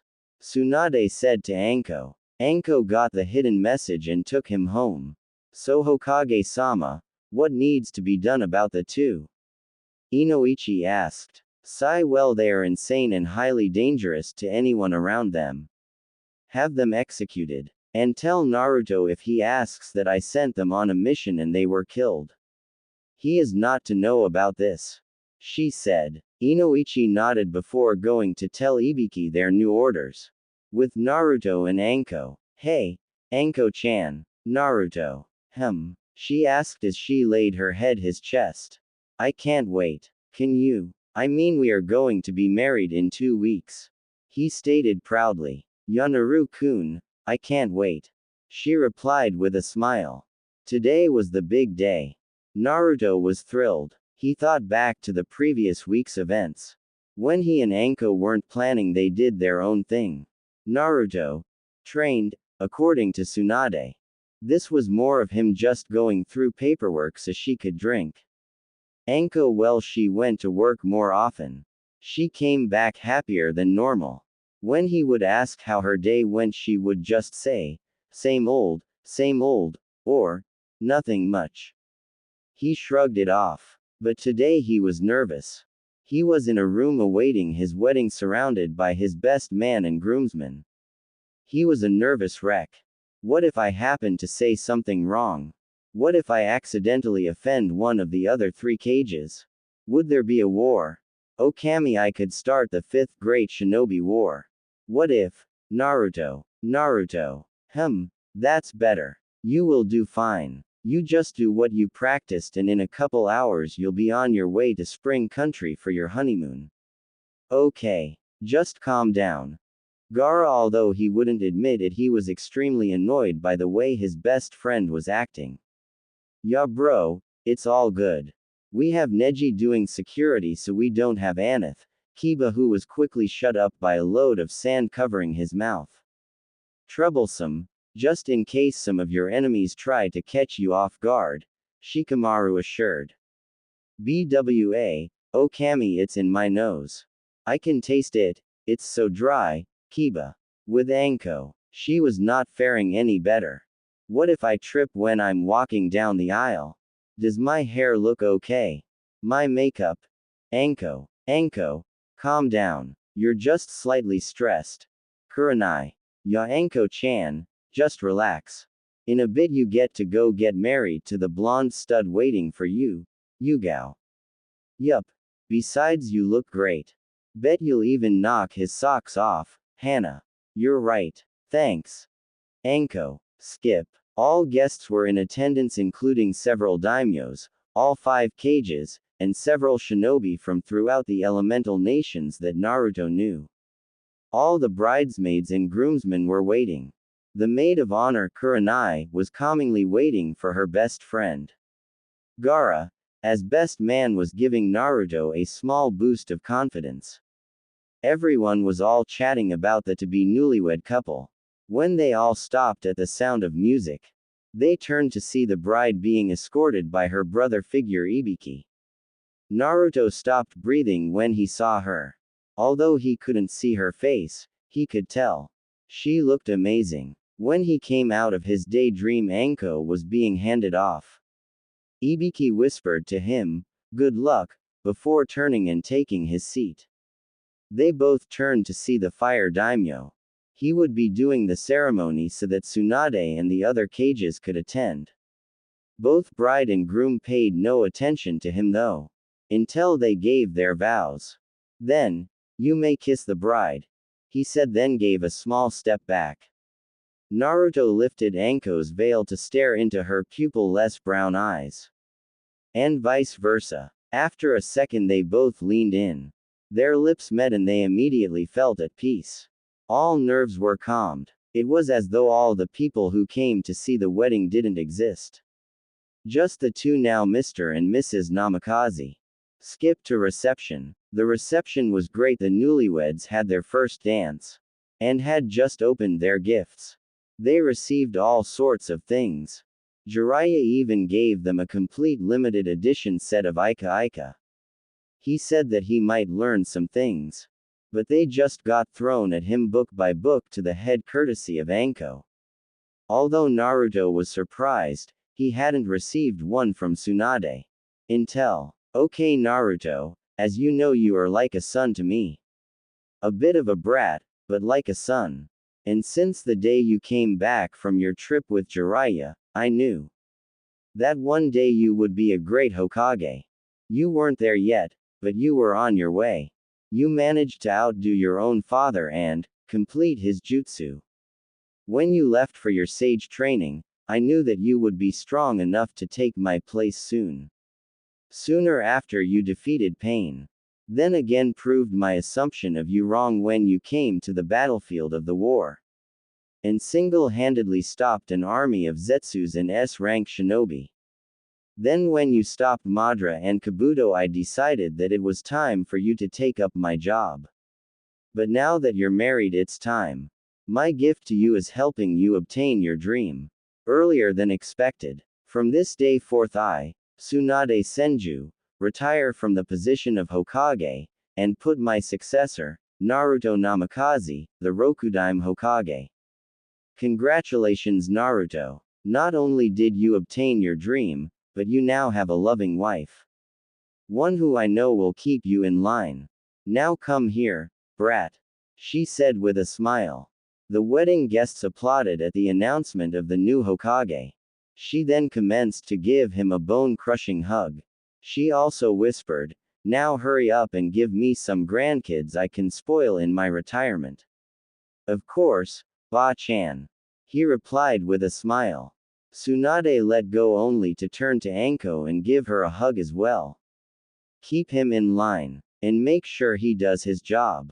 And like I told him, I want grandkids to spoil. She told her new adopted daughter-in-law. Now why would I deprive you of that? She said with a grin. And with that they proceeded to enjoy the evening. Skip. The reception was wonderful. Everyone had enjoyed themselves. Currently the now husband and wife were collecting their bags. With a puff of smoke came a shadow clone to carry their belongings. Naruto proceeded to pick up his bride, bridal style, and in a flash of yellow they were gone. In the hotel in Spring Country. Here you are Mrs. Namikaze, your honeymoon suite. Naruto said with a loving smile while carrying her towards the bed and setting her down gently. Why thank you Mr. Namikaze. Care to join me? She asked seductively. Her reply was a deep kiss. When both came down from their pleasure high, Naruto fell to Anko's side. Anko rolled over so she was now resting on his chest. He then wrapped his arms around her midsection. That was amazing Naruto. Anko said tiredly, but clearly satisfied. Yeah, you weren't too bad yourself. He said also tired. I love you, Naruto. She said before drifting to sleep. I love you too, Anko. He said before kissing the top of her head and letting sleep overcome his senses. Skip. After 2 weeks of enjoying their vacation and doing whatever they felt like, they were now headed back to Konoha. Both were silent as Anko snuggled into Naruto's shoulder as they traveled. They reached the village walls before deciding on splitting up. Naruto to his new office and Anko to their house. She was tired the last couple days. After a quick kiss they went their separate ways. Anko hurried to their house so she could lie down. However, when she reached her bedroom she felt sick and went to the bathroom. She then proceeded to puke the contents of her stomach into the toilet. Oh Kami, am I? She thought. With Naruto. Naruto was walking down the road to the Hokage Tower. Waving to everyone who waved to him. He couldn't help but think of how great life was. He was now Hokage, had a loving wife, and hopefully a family soon. As he got to the top he passed Shizune who was carrying a box labeled, Tsunade. It was mostly bottles of sake. Hello Naruto-sama, how are you today? She asked in a happy tone. Shizune Nichan, please no formalities. No Sama, from you okay? He ordered, asked. Of course Naruto-kun, she said smiling. At that moment Tsunade exited his office. Ah Ba-chan, how are you? Naruto asked. Fine brat, you ready for your new duty as Kage? She asked with an evil smirk. Oh how she waited to see him crumble under the ultimate undefeatable enemy known as paperwork. Yup sure he said knowing where she was going with this. So he had 5 clones poof into existence. Get to work, he said with a smile. Tsunade for her part sat there looking like a fish out of water. She was surprised and slightly enraged at the same time. So rather than assault her new cage she left with a, whatever brat. Oh Shizune Nichan, I was wondering. Since Ba-chan is going to run the hospital full time now and you seem to be kinda out of the job. Would you like to be my assistant? After all you have experience and you wouldn't have to deal with me being asleep all the time. He said with a grin. So what do you say? Oh I guess I could put up with you Naruto-kun. She said happy he offered her the job. After his recruitment of his new assistant, Naruto went to his office. When he arrived he saw that the clones had just finished most of his work. The only thing left was some documents that needed a thorough assessment from the real Naruto. So he decided to get to work. However halfway through he received a knock at his door. After allowing entry to his visitor he was nearly done. Ah hello, Shizune Nichan, what can I do for you? He asked. He was curious as to why she was here. He did give her the day off. Ah I just wanted to see how your first day was going Naruto-sama. She said with a smile. There was a hidden message in her smile. I know something you don't know smile. Well it's been great my paperwork is now finished for the day. So how is your day off going? He asked trying to find out this secret. Oh it was great, but I did have an interesting day when I was helping Tsunade-sama at the hospital though. She said trying to keep her secret, a secret. Oh anything you would like to share? He asked still trying to figure out what was going on. Nothing Naruto-sama, wouldn't want to break doctor-patient confidentiality now would we? She said trying to get him of the subject. Naruto just shrugged it off. Well okay, if there isn't anything else I'll see you tomorrow Nei-chan. He said as Shizune left. However seconds after the door shut another knock came. He allowed entry and was surprised again at the person entering. It was Anko. She had on a smile. Kami, how he loved that smile. He got up and gave her a kiss and a loving embrace. He then brought her to the window of his office and embraced her from behind. And what do I owe the pleasure of seeing you here today Mrs. Namikaze? He asked lovingly. Well Naruto I have great news. But maybe you should sit down. She said. Naruto was still oblivious. After sitting Anko down in his desk chair he pulled one up for himself. He then gave her his full attention. Naruto, I'm pregnant, she said expecting him to faint. However he sat there in thought as a huge smile made itself known on his face. He then moved to pick her up sit himself in his chair with Anko in his lap. Anko-chan, that's wonderful. We get to have a family. And you get to be a mother. This is great, he said excited. And you get to be a father. She said happy he didn't faint or get nervous. Well this calls for a celebration. Anbu. He stated as 4 of his personal Anbu arrived. One had a dog mask. It was Kakashi. He was reinstated per his request so he could be Naruto's personal Anbu. He was wanted to make sure that he and his new wife were safe. So he chose reinstatement. The second wore an eagle mask. It was Neji. After the bachelor party incident and him being commissioned during the wedding by the Cage, he was offered a position into Anbu. Tenten beat him until he accepted. After joining he was asked to join his personal Anbu by the Anbu commander. Him having the Byakugan and being close to the Hokage made the job easier. The third wore a deer mask. It was Shikamaru. He personally thought it was too troublesome to be an Anbu. But he wasn't going to be just any Anbu, but the Hokage's personal Anbu. After some thought he realized life was never boring around Naruto. So he accepted. Finally the last one had a bug mask. Shino had accepted the offer with little thought. It was logical to be of service to his friend and Cage, after all. Will you four gather my friends and those I consider family and have them meet at Ichiraku's? He ordered. With that they left to accomplish their tasks. Well Anko-chan, let's go, we have news to deliver.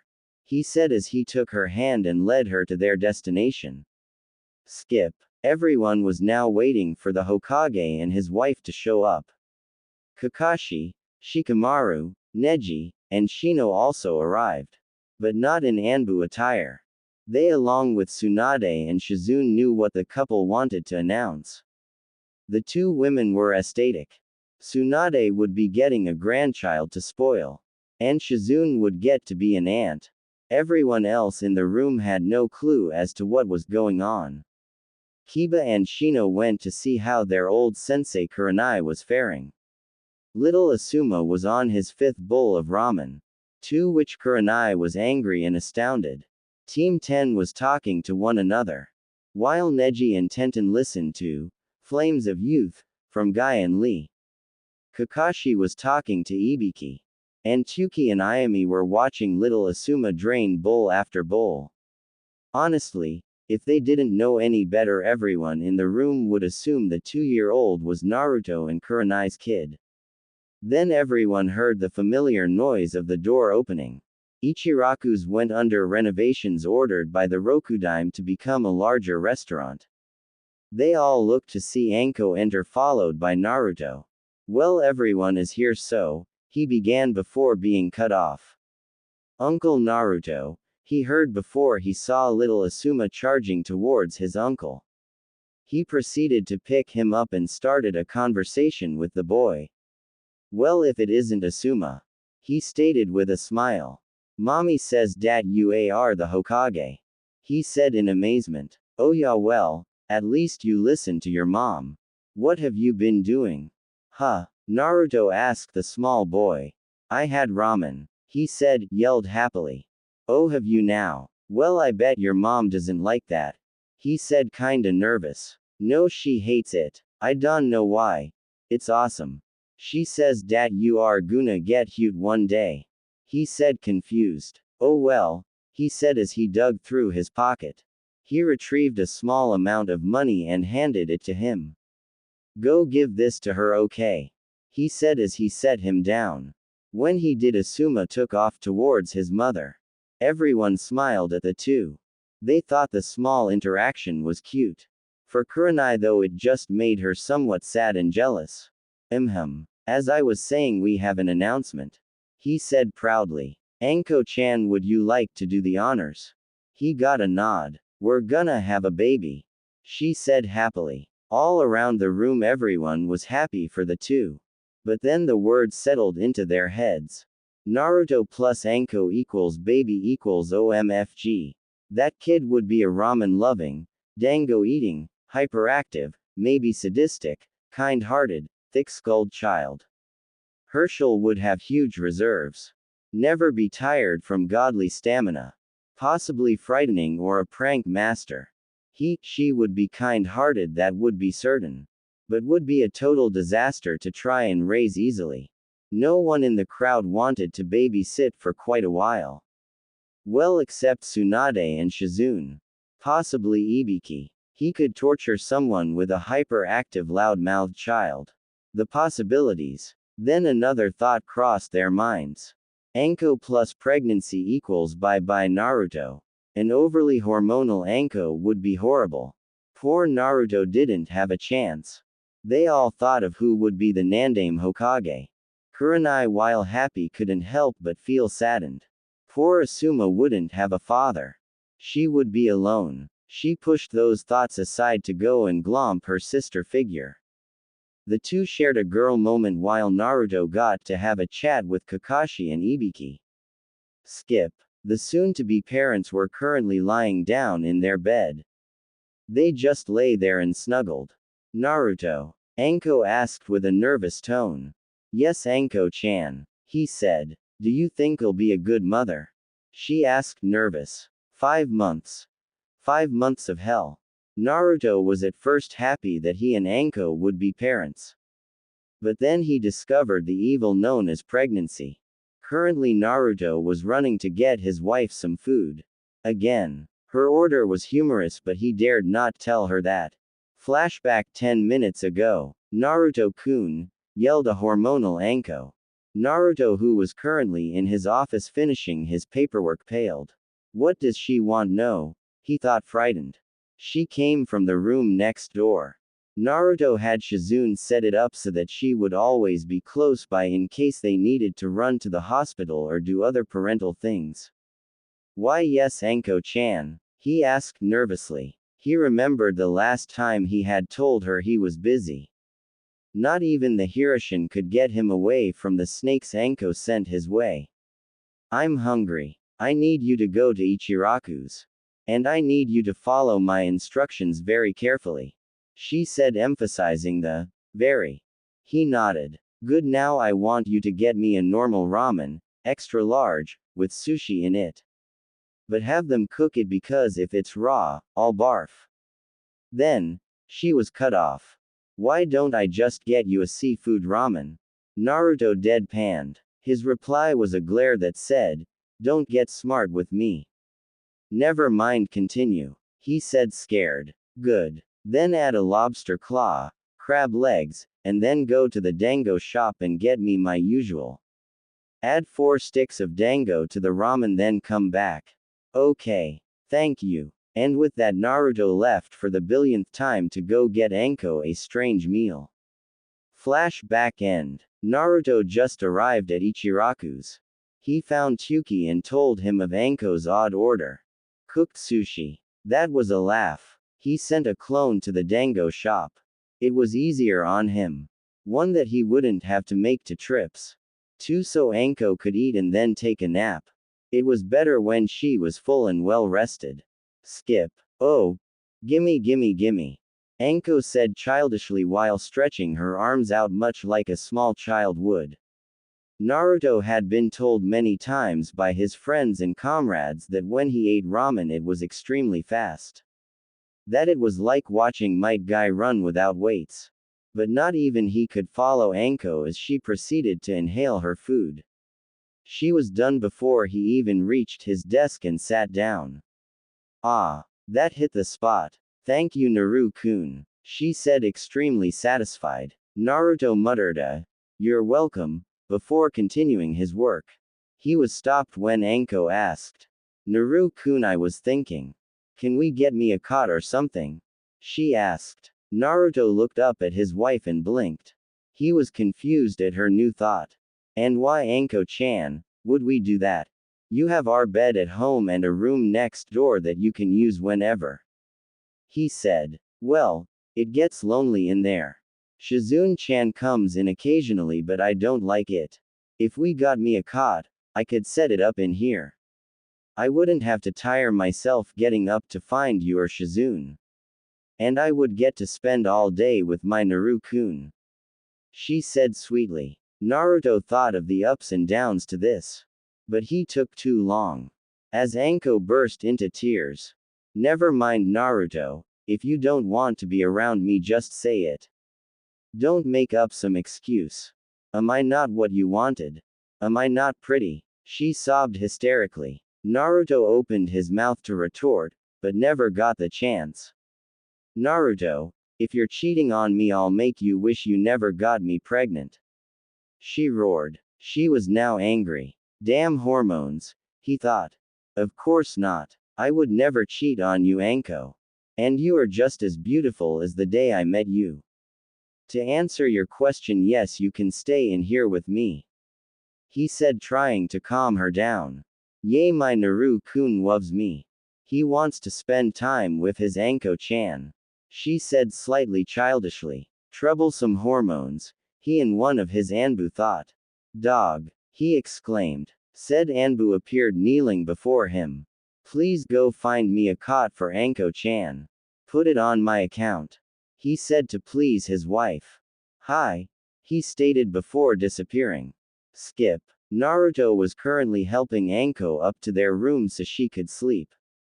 He wasn't tired but had some work to do. He got Anko settled and went to the kitchen. Before he made it there he heard the sound of glass breaking. He got into a defensive stance and stealthily entered the kitchen. He got over his fear as he saw Kurenai sweeping up a broken dish. She had long ago moved her and Asuma into the main house to help out Anko with her pregnancy. And Naruto. He may not have survived some of the things Anko threw his way if not for her diffusing some difficult situations. Oh Kurenai-chan, it's only you. He said with a smile. Oops, sorry Naruto-kun. Where did Anko-chan go? She wondered. Oh, she's asleep. He stated. Would you mind helping me with some of this paperwork? I normally get it done early but today was unexpected. He asked her. Of course. She answered. The two then proceeded to clean up the broken glass then go to the living room to finish Naruto's work. It didn't take long between the two of them. But when they got done they decided to talk and catch up. They didn't get to see each other much after Naruto's promotion. They talked about missions, training, even life itself. Then Kurenai got depressed. They somehow got on the topic of Asuma. She tried her best but couldn't hold back tears. It's so lonely. Having little Asuma doesn't help. I love him to death, but it's hard knowing he doesn't have a father. You're the closest thing to a father he has. She cried. Naruto brought her to his chest to try and calm the sobbing woman. And so she did eventually. When she did she pulled away from him and looked into his eyes. They held concern for her well-being. That told her he cared. But then with her emotions still running haywire she did something unexpected. She leaned forward and kissed him. She held his head in place with her arms around his neck. Naruto's eyes went wide. He couldn't get out of her embrace. Soon she pulled back and had a look of bliss on her face. Then she realized what she had done. Oh Kami. Naruto, I'm so sorry. Please forgive me. Don't think less of me. She pleaded, almost on the verge of tears that he might be angry with her. He stayed silent trying to sort out what just happened. Naruto, please talk to me. I'm sorry. I was in a very distressed place. When you comforted me I just. She couldn't finish her sentence as tears spilled out of her ruby eyes. Kurenai, I forgive you, but, we have to tell Anko-chan. You know it will cause problems if we don't. He stated as calmly as possible. He was still trying to make sense of this. Naruto, please don't tell her. She said desperately. He went to retort but was cut off. I will tell her. It was my fault, not yours. I will take account for my actions. Just please don't tell her. She pleaded with him till she got a nod in response. Kurenai looking at the clock on the wall saw that they had been up all night talking. The sun was coming up. Naruto would be heading for work and Anko would need to get up to go with him. I'll go wake her and tell her now. She said slightly scared at what her sister might say or do to her. She got up and went to Naruto and Anko's bedroom. She opened the door to see Anko still asleep. She went over and sat on the bed and gently shook her awake. Anko, wake up. She said. Anko after trying to nudge the annoyance away woke up to see Kurenai looking at her with a tear-stained face. Kur-chan, what's wrong? She asked worriedly. Anko please listen to me.